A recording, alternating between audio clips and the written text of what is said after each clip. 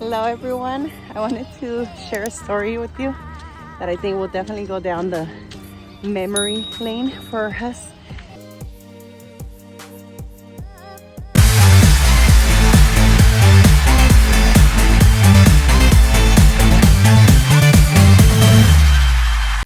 We moved into our new neighborhood about a little bit over a year ago, and the reason we did it is because we wanted a bigger yard for our kids in a much friendlier, family-oriented neighborhood than the one we were in. The previous home was brand new. It was beautiful. It was designed to our taste, and it was amazing, and it was a blessing. But we thought it would be time, especially after COVID, to make a move where we would come to know more of our neighbors, where there would be more kids in the neighborhood we moved into in a bigger yard. So fast forward, and what I want to tell you happened yesterday was pretty hilarious. I had just come from work, had a really busy week all this last couple of weeks, and so just as I told my husband, hey, I want to just rest for 20 minutes before we get up and go again, I just sat down in my bed and I get a call from a seller that I've been expected. So of course I picked it up, and right as I start that conversation, I hear the doorbell ring and a lot of commotion.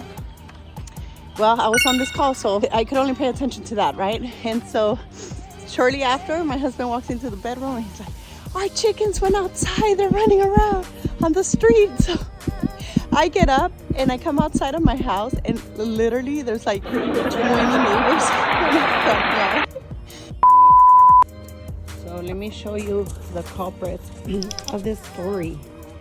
Here they come, our little chicks, who have now grown into being bigger girls.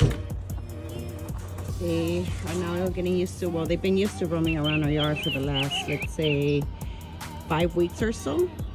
But even though they're very young, I never thought that they would be able to fly that quickly. You see, flying takes 3 things: hard work, perseverance, and hard work. You said hard work twice. That's because it takes twice as much work as perseverance. And apparently they are not only fast, long travel flyers, but they're also very bold, because as I said, they dare to go and explore the rest of the neighborhood. So Brownie, I guess, wasn't around to keep him away from the fence, but it's a pretty high fence.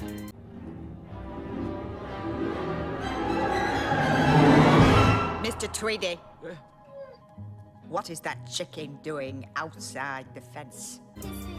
This is the fence they had to hop over to the other side. So why did the chicken cross the road is the million-dollar question. Surely now we can't leave them out walking around by themselves, because they've thought that the outside world could be interesting. And at least our neighbors will now know what house to bring him back to, but it's not the ideal scenario. So they have their chicken coop, but now we need to build their chicken run so that they can stay in a specific area, not eat our fruits and the vegetables we're growing in the garden, and where they could walk around and be happy, but certainly not be able to hop over the fence. That would be the ideal. It's hilarious because I wonder how it all came about that we would have that many neighbors in our front yard. And I was joking with Sam, and I was telling him, maybe they saw some chickens and they saw line forming, and then everybody else thought, hey, maybe they're bringing out free eggs, and that's how we came about having so many neighbors in the front yard. Who knows? But either way, see, we have all the stuff we need. We just need handy hands. So this might be a call out to any handy people out there that could spare a hand and help us build our chicken run, so that we could avoid this runaway chickens from having another fun day. Go, go, go, go, go, go, go, go! And making us go through, a moment of shame in the neighborhood. And yeah, some were holding our chickens, one was missing, and so we looked for it.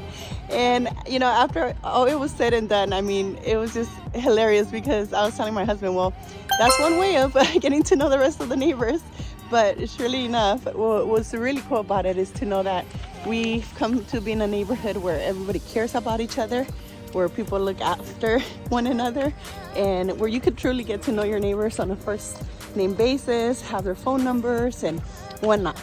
So what I am saying is that wherever you are, it is so important that you find that place where you know you could come to and have peace and joy and create memories too. And that's one of the things that home ownership allows you to do. Even if you say, well, you know, I don't have the budget to live in my ideal home yet or whatnot, you could always get started somewhere and move your way towards that dream. But it starts with you taking action. So again, I feel so blessed, so joyful again to have found that neighborhood for my family, for our boys to grow up in. And I wish the very same for you.